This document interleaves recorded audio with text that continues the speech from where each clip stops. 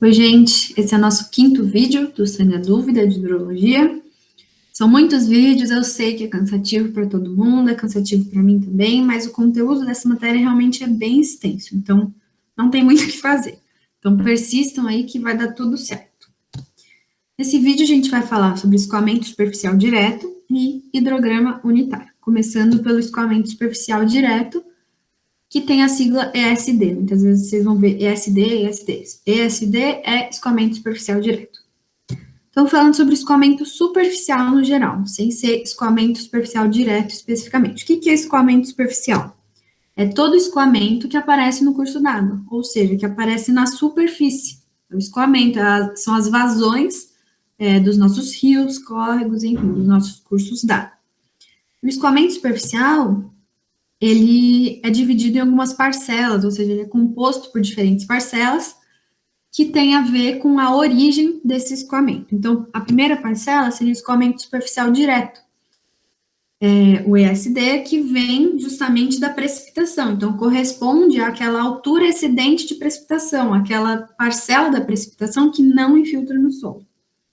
Aí a gente tem o escoamento subsuperficial e o escoamento básico. Então, explicando de novo, o escoamento superficial direto, né?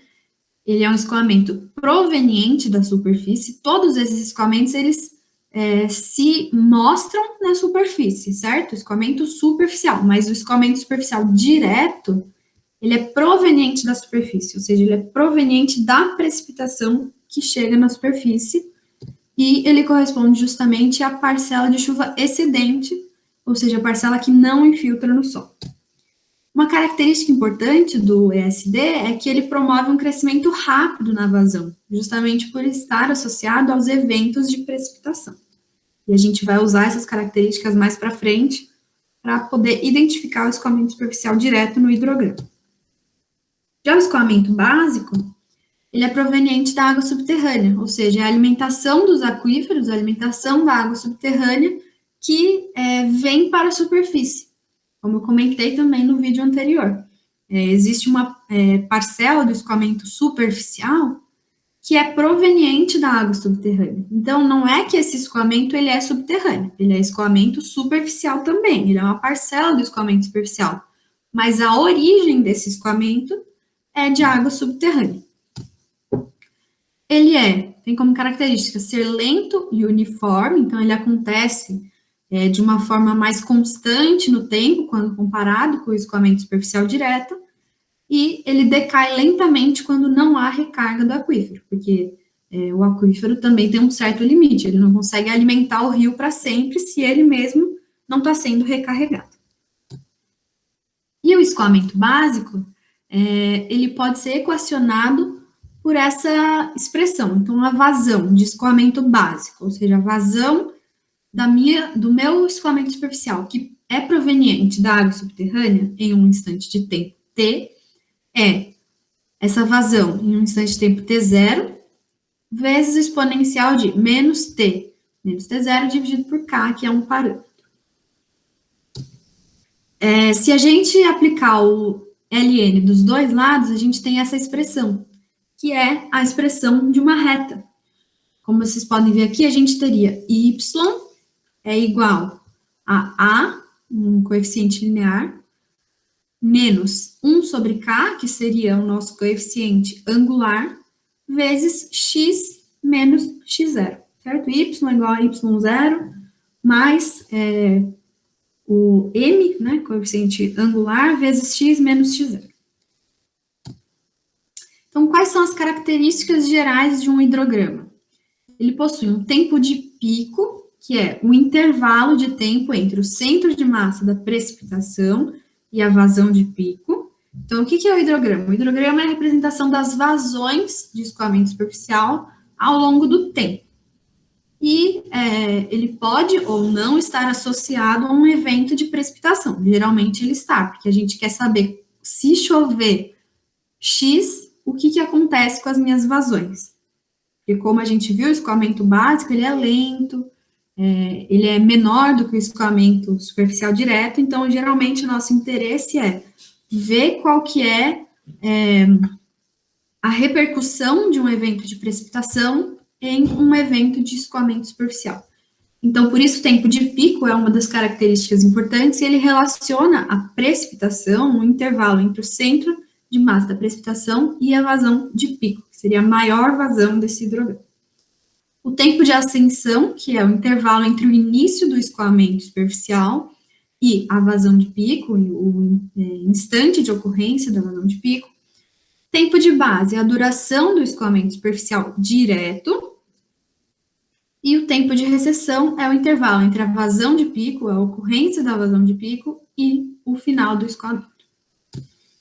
Então, aqui, essa imagem dos slides, ela mostra, de forma ilustrativa, eu acho bem interessante até, aqui a gente tem um escoamento básico, aqui a gente tem o escoamento superficial direto, e juntos eles formam o hidrograma de escoamento superficial. Então, o que a gente vai fazer quando a gente vai analisar o escoamento superficial direto?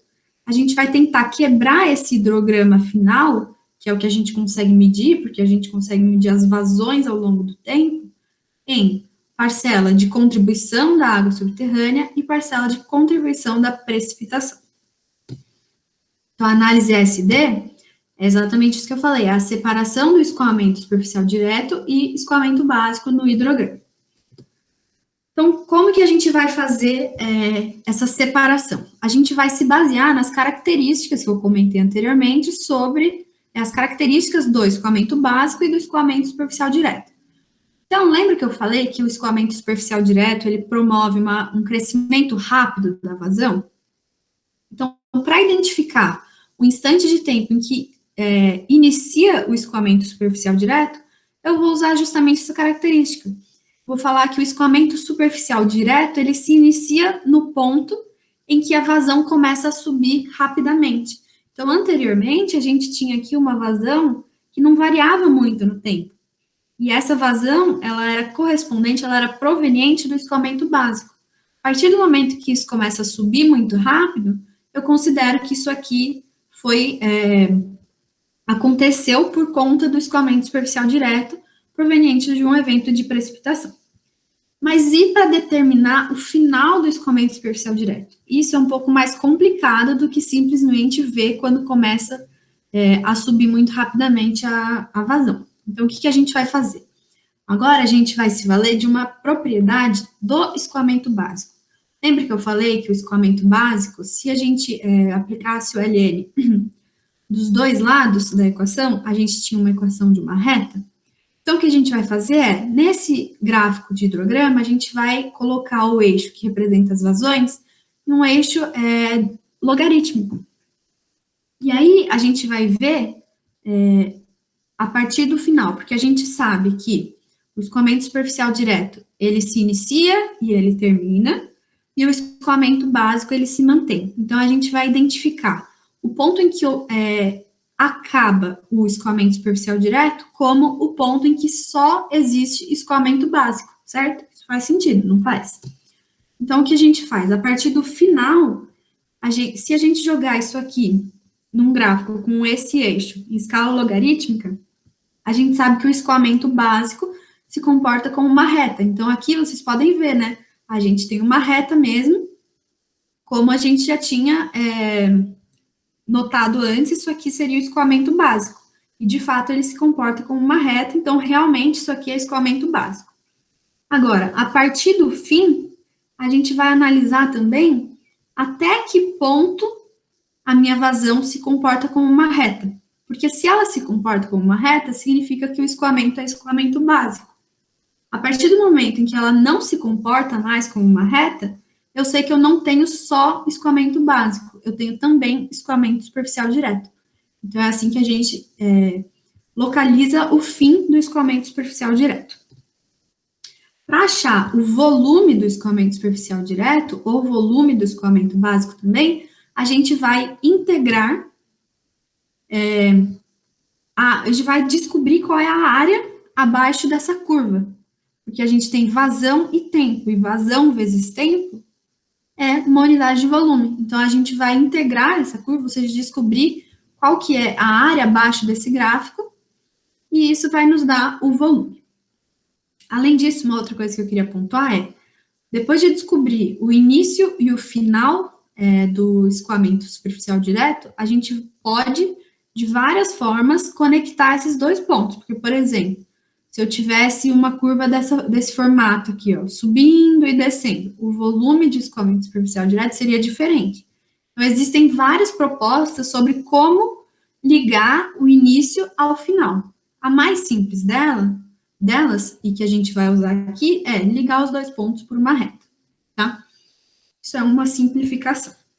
Então, para achar o volume, a gente calcula a integral, calcula a área abaixo do gráfico, e se a gente quiser transformar esse volume em altura equivalente, a gente pode também. Então, a gente teria uma altura equivalente ao escoamento superficial direto, uma altura equivalente ao escoamento básico.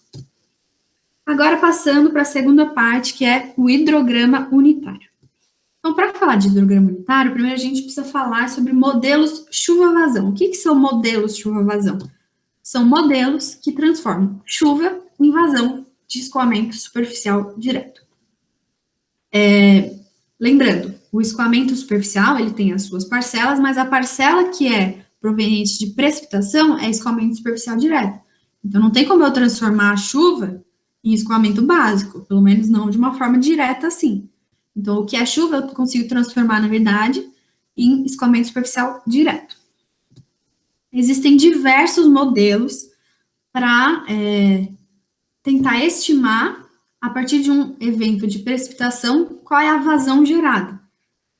E, por exemplo, um método seria o método racional. Então, lembra quando eu estava falando sobre bacias hidrográficas, e eu falei que a área da bacia era um possível indicador de qual modelo é mais adequado para calcular diversas variáveis de interesse? Então, o método racional é um método que ele é mais adequado para bacias pequenas, bacias de até 2 quilômetros quadrados. E o que ele diz? O método racional, ele calcula a vazão como um coeficiente C, que tem relação com a impermeabilização do solo, vezes I, que é a intensidade de chuva, vezes a área da bacia. Simples assim. Então, esse é um dos modelos possíveis. Ele é mais adequado para alguns casos, como bacias pequenas, menos adequado para outros casos, como bacias maiores. Mas ele é um dos modelos. Lembra disso, a gente está trabalhando com modelos. Não quer dizer que, com certeza, a vazão gerada vai ser a que é calculada por um modelo ou por outro. Mas é uma aproximação, é uma tentativa de cálculo de vazão a partir de chuva. O método racional é um deles, hidrograma unitário é outro deles, que é o que eu vou entrar mais em detalhes. Então, o que é o hidrograma unitário? O hidrograma unitário, ele se baseia numa relação linear entre a chuva efetiva, ou seja, a precipitação, a chuva excedente, e a vazão de escoamento superficial direto. E o que ele nos dá como resultado? Ele dá o hidrograma resultante, ou seja, as vazões ao longo do tempo, resultante de um evento de precipitação efetiva com intensidade e duração unitárias, que podem ser, por exemplo, uma intensidade de 1 milímetro, na verdade isso aí seria uma altura, né? Uma altura de chuva de 1 milímetro e duração de 1 hora. Quais são os princípios do hidrograma unitário? Quais são as premissas do hidrograma unitário? A primeira delas é a constância do tempo de base. O que significa isso?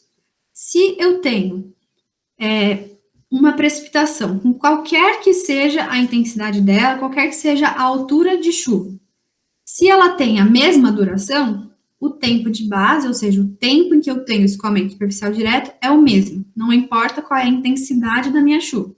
Se eu tenho uma intensidade duas vezes, se eu tenho duas intensidades, uma sendo a metade da outra, mas a duração da chuva foi a mesma, o tempo de base vai ser o mesmo. Segundo princípio, proporcionalidade das descargas. O que significa isso? Se eu tenho precipitações com mesma duração, se uma delas tiver uma altura de precipitação 2 vezes maior que a outra, a vazão gerada vai ser 2 vezes maior do que a outra também. Então, é diretamente proporcional. O quanto chove, qual é a vazão gerada. Lembra que a gente falou que existe uma relação linear entre as duas variáveis? Então, é isso, proporcionalidade das descargas. E, por fim, a aditividade. O que a aditividade diz? Se eu tenho 2 blocos de precipitação, eu tenho 2 hidrogramas gerados. Um pelo bloco P1, outro pelo bloco P2. E eu posso somar os 2 hidrogramas gerados para descobrir o hidrograma total. É claro que isso é muito importante, isso é a parte que mais confunde as pessoas. Eu não posso, quando eu for calcular o hidrograma, eu calculo o hidrograma para P1, calculo o hidrograma para P2. Quando eu for somar os dois, eu não posso fazer com que eles comecem no mesmo instante de tempo inicial. 0, né, no caso. Por quê? Porque a precipitação, o bloquinho de precipitação P2, ele só começou a acontecer depois de 1 hora. Então, não tem como ele ter gerado uma vazão em 0 horas. Então, a gente pode somar, mas localizando esses hidrogramas no tempo em que eles realmente ocorrem. Isso é muito importante, e eu vou mostrar isso melhor com o exercício. Dentro do hidrograma unitário, existe um hidrograma unitário específico, que é o hidrograma unitário sintético triangular do SCS. SCS eu comentei no vídeo anterior. O que é esse hidrograma? É um modelo de hidrograma que projeta as vazões, a ocorrência das vazões em um formato triangular. De novo, isso é o que acontece de fato na natureza? Acontece tão perfeito assim? Não, mas é uma abstração, é uma tentativa de representação que muitas vezes, bastante satisfatória. Então, usando as propriedades de triângulo, a gente consegue calcular o hidrograma gerado por um evento de precipitação unitário, de altura e duração unitárias. Então, o que a gente precisa calcular aqui? A gente precisa do nosso tempo de ascensão, lembra? O tempo desde o início até a vazão de pico, a maior das vazões. O tempo de recessão, que é o tempo entre a vazão de pico e o fim do escoamento. E eu calculo também a vazão de pico. Calculados esses 3 parâmetros, eu consigo montar o meu hidrograma. Eu vou mostrar melhor no exemplo. Então, vamos para o exercício. Aqui. Então, eu tenho também expressões para calcular o tempo de ascensão, o tempo de recessão, o tempo de base e tudo mais, mas aqui eu já fiz os cálculos, tá? Para determinados dados, então, voltando aqui rapidinho. O tempo de ascensão, como vocês podem ver, ele é dado pelo tempo unitário, dividido por 2, mais 0,6 vezes esse tempo de concentração. E aí a gente calcula, então, o tempo de ascensão, o tempo de recessão, que vai ser 1,67 vezes esse tempo de ascensão. Lembrando, isso aqui é um modelo, a gente está supondo que o tempo que leva para chegar até a vazão de pico é 1 sobre 1,67, o tempo que demora para, a partir da vazão de pico, acabar o escoamento, certo? Isso aqui é uma modelagem, é uma tentativa de representar a realidade. Eu estou supondo que é assim que acontece. Então, voltando. Aqui eu já calculei, no caso, esses valores a partir dos dados do exercício. Eu não vou entrar em muitos detalhes para não ficar muito longo o vídeo. Mas vamos supor, eu fiz lá os cálculos e cheguei que o tempo de ascensão é 40 minutos, o tempo de base total é 110, então o tempo de recessão é 70. E aí eu posso calcular o meu hidrograma unitário, que seria o quê? O hidrograma gerado por uma precipitação de 1 milímetro. Como eu faço isso? Eu calculo a vazão de pico, então deixa eu voltar aqui de novo. A vazão de pico, ela é dada por 0,208 vezes a área da bacia, a precipitação unitária e o tempo de ascensão. Então, eu calculo qual seria a vazão de pico para um hidrograma que é gerado por uma precipitação unitária. Nesse caso, se minha precipitação unitária for de 1 milímetro, eu calculo lá qual que seria a vazão de pico, que está calculada aqui, qual é a vazão de pico gerada por essa precipitação unitária. Então, como eu tenho a vazão de pico e eu sei em que instante ela ocorre, porque ela ocorre no final do tempo de ascensão, certo? O tempo de ascensão é justamente quanto tempo leva para chegar até a vazão de pico. Então, eu sei que no início eu tenho 0, certo? Quando começa o escoamento, ligou o cronômetro, começa em 0. e termina em 110. E nesse meio, eu vou ter uma vazão de pico localizada aqui em 40 minutos. Como o meu hidrograma ele foi pensado como um triângulo, a variação das vazões até chegar nesse pico e depois descer desse pico e voltar a ser zero é uma variação linear. Então, eu uso basicamente, pode chamar de interpolação linear, pode chamar de equação de reta, o que for. Mas eu vou variar linearmente as vazões até chegar na vazão de pico e depois para descer da vazão de pico até o final. Então, esse é o hidrograma unitário. Agora, como que eu extrapolo esses dados de hidrograma unitário para um evento de chuva? Então, aqui, eu já tenho meu evento de chuva, eu calculei a precipitação pelos blocos alternados e depois usei o método do SCS para descobrir qual parcela da precipitação virou chuva excedente, ou seja, virou escoamento superficial. E são esses valores que eu tenho aqui. Então, para cada bloquinho de chuva, eu vou calcular qual que é o hidrograma gerado. E depois eu vou usar das características do hidrograma unitário para poder juntar todos os hidrogramas gerados por cada bloquinho de chuva. Então, a gente sabe que existe uma proporcionalidade entre o quanto chove e o quanto é gerado de vazão. E essa proporção ela é linear. Então, se 1 milímetro de chuva gera isso, 9,2 milímetros de chuva geram isso vezes 9,2. Então, aqui, basicamente, eu multiplico cada uma dessas vazões por 9,2. Depois eu multiplico por 8,7, 4, 2,2. Então, é isso que eu tenho aqui. Eu tenho hidrogramas que são, basicamente, o hidrograma unitário vezes o tamanho do meu bloquinho de precipitação. E aí, o segundo ponto importante é aquilo que eu falei. Eu tenho que localizar esses hidrogramas no momento em que eles ocorrem. Então, pegando de novo esse exemplo aqui do 9,2.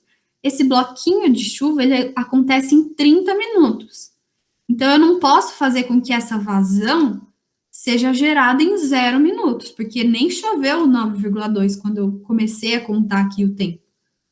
Então, o que eu faço é calcular esse hidrograma gerado só multiplicando o hidrograma unitário pelo tamanho do bloquinho e depois eu localizo ele no tempo. Então, ele vai começar em 30 minutos. Aqui eu coloquei um instante de tempo a mais, que seria o 0, né? Mas não precisa fazer isso. Então, o que realmente ocorre, começa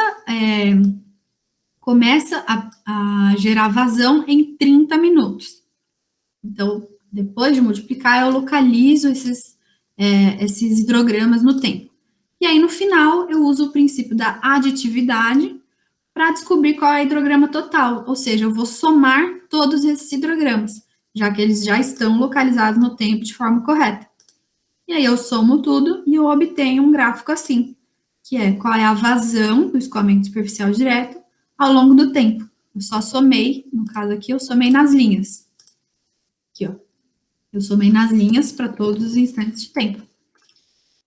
E é basicamente isso. Então, esse vídeo eu acredito que no fim vai dar um vídeo longo também, mas esse assunto também é um pouco mais complexo. Próximo assunto é evapotranspiração e espero vocês no próximo vídeo.